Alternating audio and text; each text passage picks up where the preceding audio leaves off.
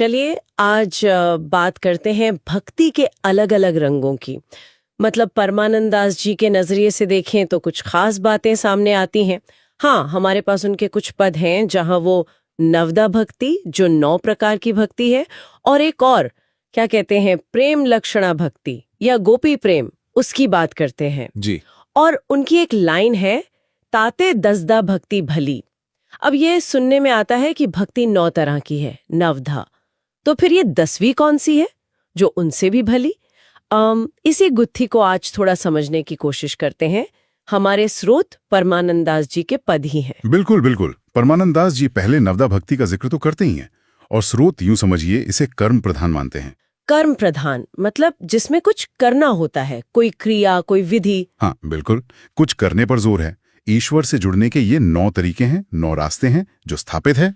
अच्छा, तो ये 9 रास्ते कौन कौन से थे, एक बार जरा याद दिलाएंगे सुनने वालों के लिए भी? हाँ जरूर। देखिए, इसमें है श्रवण, यानी ईश्वर की लीला महिमा सुनना। जैसे राजा परीक्षित ने भागवत सुनी। हाँ, परीक्षित। फिर कीर्तन, यानी गुणगान करना, जैसे शुकदेव मुनि करते थे। अच्छा। सुमिरन, यानी नाम या रूप का स्मरण करना, जैसे भक्त प्रहलाद ने किया।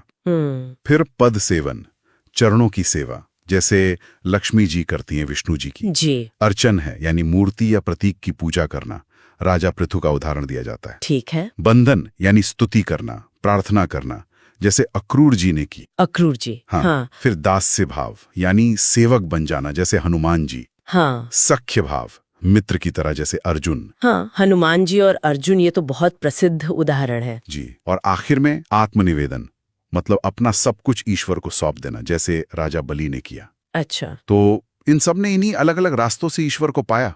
ये नवदा भक्ति है। समझ गए। तो ये तो हो गए भक्ति के जाने पहचाने रास्ते, हर किसी के लिए एक विकल्प है कह सकते हैं। हाँ। लेकिन फिर वापस वहीं आते हैं, परमानंद दास जी उस 10वीं भक्ति यानी गोपियों के प्रेम को इन सब से ऊपर क्यों बता रहे हैं? गोपी प्रेम की ध्वजा, ऐसा क्यों कहा? यहाँ कुछ खास है?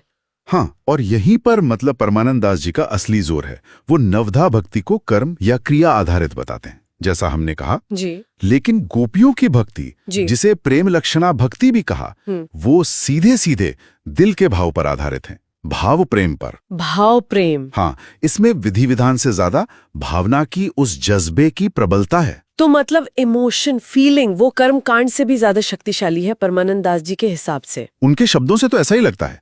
वो ये भी कहते हैं कि इसी भाव प्रेम के बल पर गोपियों ने श्री कृष्ण को अपने वश में कर लिया था। वश में कर लिया भगवान को? हाँ, जिन गोपाल की अपने वश उल धरी श्याम भुजा। ये वश में करना कोई जबरदस्ती वाला नहीं, बल्कि प्रेम की वो ताकत है, वो गहराई है, जहां भगवान भक्त के प्रेम के अधीन हो जाते हैं।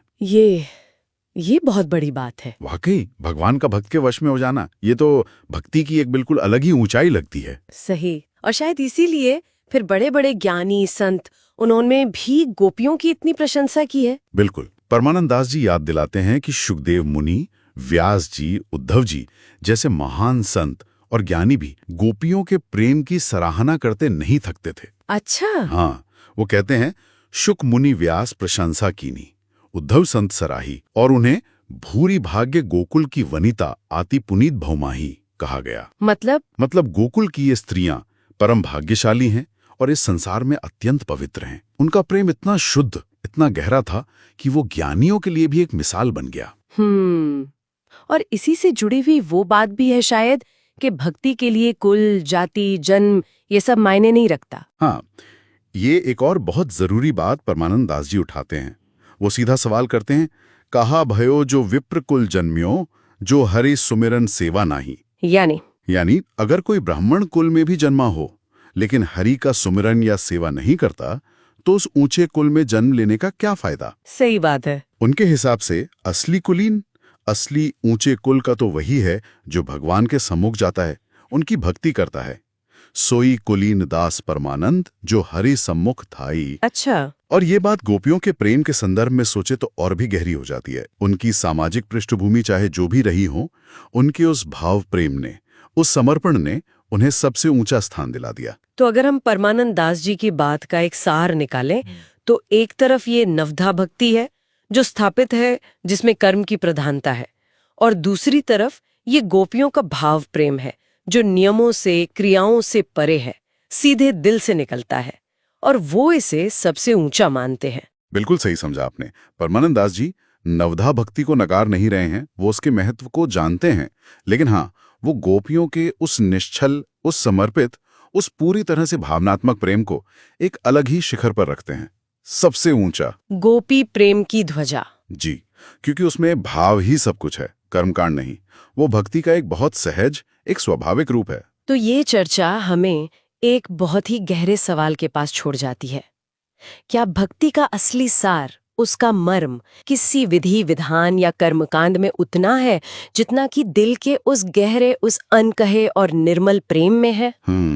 जैसा परमानंद दास जी हमें गोपियों के प्रेम में दिखाते हैं, भक्ति नियमों का पालन ज्यादा जरूरी है या दिल का वो प्योर समर्पण?